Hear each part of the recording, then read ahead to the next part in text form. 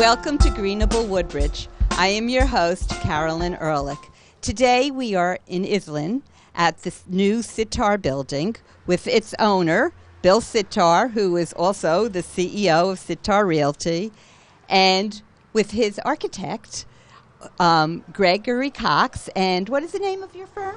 My company is Aquitecture Associates in Point Pleasant Beach. Thank you. And this is a very special building, and there's a reason why we're standing here today with Greenable Woodbridge, and that reason is the LEED certification. Bill, do you want to tell us about why you did the LEED certification? Yes. Well, LEED stands for Leadership in Energy and Environmental Design. And there's the building has been designed to save energy and to create a environment where it is very healthy for the occupants of the building. And there are many categories of LEEDs, of which we have achieved the gold level, whereas there is only one level higher, the platinum level. I'll let my architect explain what LEED's gold means, and I can say that from what I've been told, there are only 8 buildings in the state of New Jersey now that have achieved the total building of a LEED's gold building. With that, I will let Greg speak. Thank you, Bill. LEED, as Bill mentioned, is leadership in energy and environmental design. The categories for attaining LEED certification start with certified buildings, then go to silver buildings, gold buildings, and platinum. Our building has achieved the gold standard, and to achieve that, there are many categories in the LEED point system that allow us to achieve that certification. The entire project is categorized by the LEED system, and the LEED system is overseen by the United States Green Building Council. There are many features of our building that allow us to get this standard, and we can see those as we go through the building. Great. I just want to add that when you use LEED as the standard for your building, it is a phenomenal commitment by the owner in both financially and in time, but it is well worth it because this actually creates a smaller carbon footprint than if you had built the building under normal standards. When new construction comes before the planning board always asks the applicant, what are you doing that is sustainable, that's green? And, you know, they'll point to one thing, they'll point to another thing, but we were very, very excited when you came in and said, I am building a LEED certified building, and I am hoping that I will achieve this gold status, which you did. So I commend both of you for that, because you are now a leader, and everybody's got to catch up to you as they build things in Woodbridge. So let's find out more about what it takes to be a LEED building. Come on inside.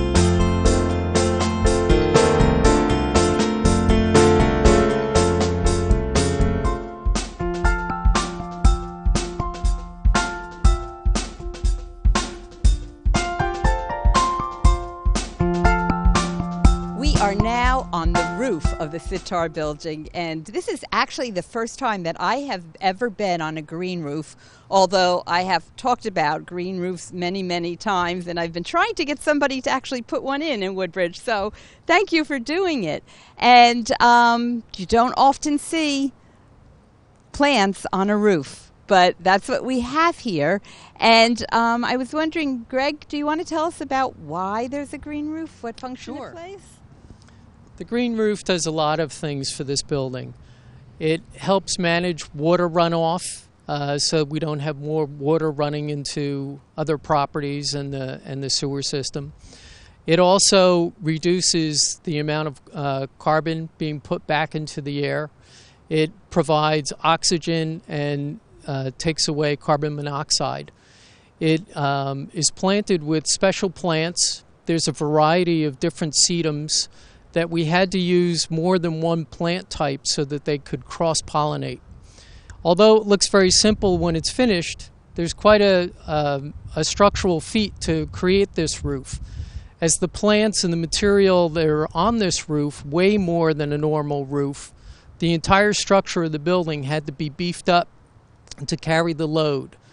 In areas of the roof that are not green roof, we have a white roof. And the white roof is just as important in our energy efficiency, as it helps to create a cool roof. Whereas most retail buildings of this type have a black roof that creates what's known as a heat island effect by heating up in the summertime. This roof remains cool and doesn't add the heat back into the atmosphere. Other features of this roof, you may see these large green objects, which are our HVAC equipment to manage the heating and cooling in the building. The equipment is specially chosen for its high efficiency, and it can also bring in natural air into the building to give it, the inside of the building, a better living and working environment. Also on the roof, we have skylights, and the skylights add natural daylight to the public spaces of the building so that we don't have to increase our energy consumption with more lighting. We also have a unique feature of the building, which we've called our solar shutters. The shutters actually control the amount of sunlight that can enter the building. They're a fixed unit, and they're specifically designed to specifically control a certain amount of lighting. And by controlling the sunlight that can enter the building, it helps reduce our heating load in the summertime, because the interior of the building will not heat up as much as if we didn't have our shutters. And we have them on every face of the building except the north side of the building, because we don't get direct sunlight on that face of the building. So those shutters, I've never seen them before, and they're really quite interesting and innovative. And before we were asking, can we open them, can we close them? And your response to me was? No, we don't want anybody touching them. Right. We want the building to operate on its own without human intervention, and that way we can guarantee the energy efficiency of the building. So are thermostats and building management systems on the same idea? Yes. They're all controlled to give the building the optimum efficiency that it can have. That's terrific. Great. Do you have anything you want to add?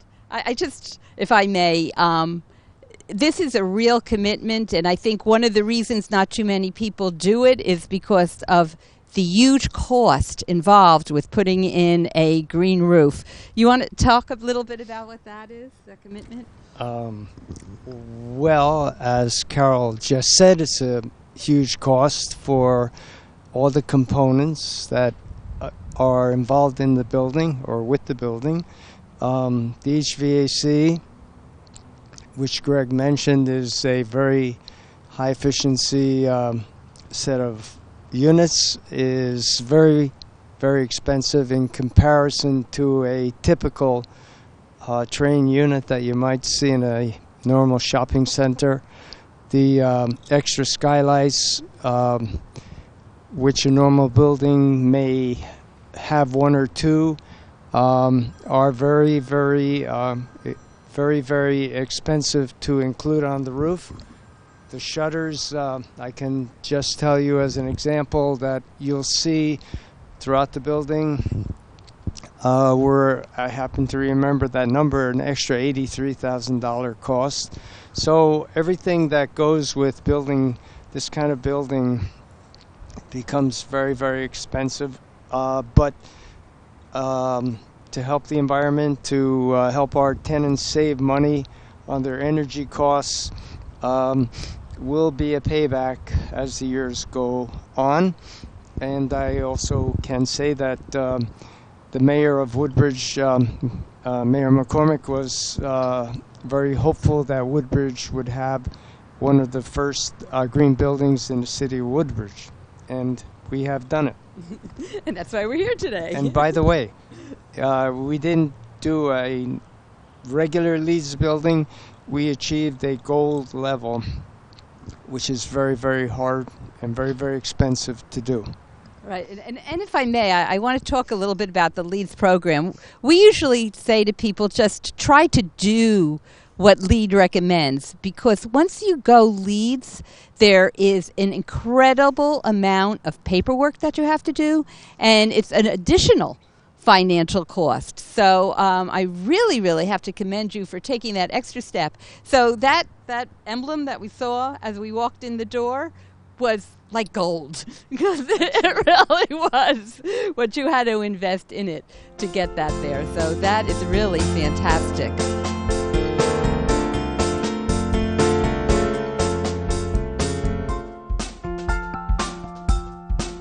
Okay, we have come outside now to talk a little bit more about what the building is made of, and also just to take note of how absolutely beautiful this building is. So, Gregory? Thank you. Outside we can see the different materials that we've used.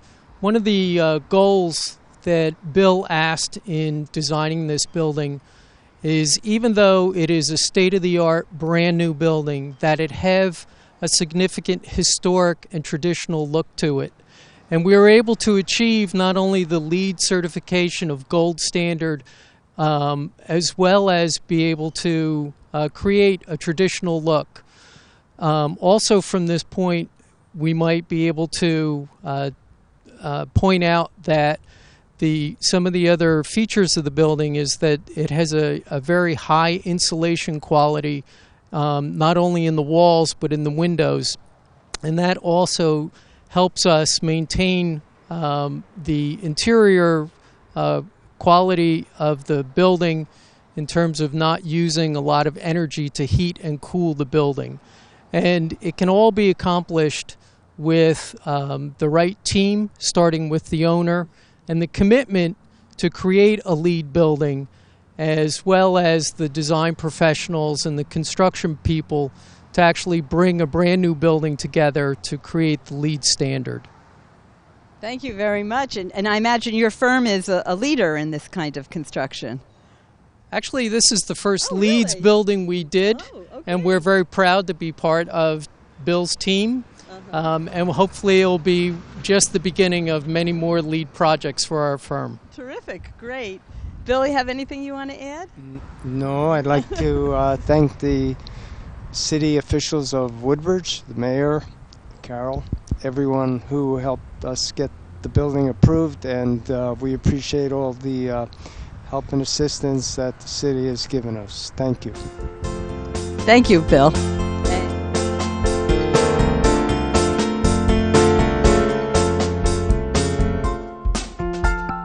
Okay, we are back indoors now. And Gregory, can you tell us some of the other features that we haven't spoken about yet? Sure. On the interior of the building, we can see some of the finishes that are in the hallway here in the common space. All the finishes in the building have to have low VOC ratings, which means they're environmentally friendly materials. They also need a certain amount of recycled content, for example, the tile on the floor, which are also goals of the LEED program. This creates a much cleaner environment for people to occupy. Part of the other standards for the program is all these materials must come from within a certain radius of the project. Most of the materials want to be within 300 miles of the construction site, so that the materials that arrive at the building to be put in aren't using a lot of fossil fuels or energy to get here in the first place. Also, during any construction process, there are materials that are become waste, and all those waste materials had to be separated and recycled and cataloged so that we could verify the fact that they were disposed of or recycled properly for the green certification. Like that. That is great. And Bill, you were talking about what is underneath this building. The building has underground retention basins that are quite extensive that traverse most of the property, and that is done to retain the water from the site so that it does not flow into the stream, or it flows into the stream at a controlled flow.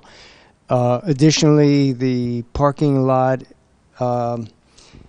has a special asphalt pavement that absorbs the water, rainwater, as it seeps into the ground. It is not run off into streams, but it is captured and allows the rainwater to seep, as I said.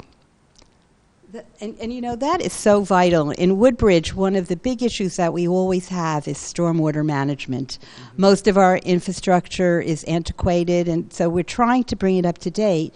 But as new construction happens, when you're using the newest protocols for dealing with the stormwater management, that's just huge. And a lot of what they've done here is not just about this property or this site, but it has implications for the whole community, and not just the local community, but the community as a whole, Earth.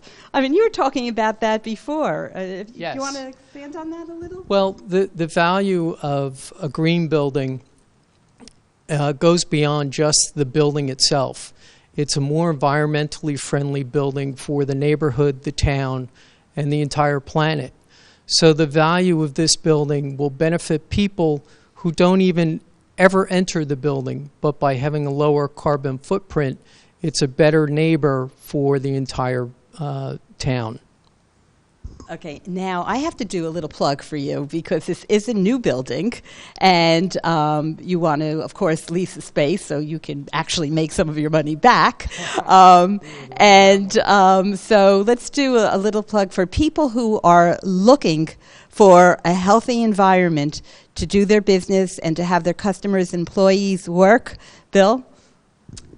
Well, of course, we would love to fill the building now that it is completed.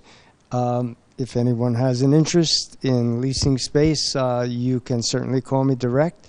Sitar Realty Company, Iselin, New Jersey, and the telephone number is 732-283-9000. Thank you very much, and of course I have to thank Carol for the plug. Anytime. And he's been a great partner and a wonderful person to deal with. And quite frankly, we're honored to have one of the biggest realty firms with their headquarters, corporate headquarters, right here in Iselin. So that's really terrific. Did we miss anything about this building? I think we covered it all. Yeah. Well, this was great. Thank you, gentlemen. And thank you for watching Greenable Woodbridge and being part of the excitement and part of the change.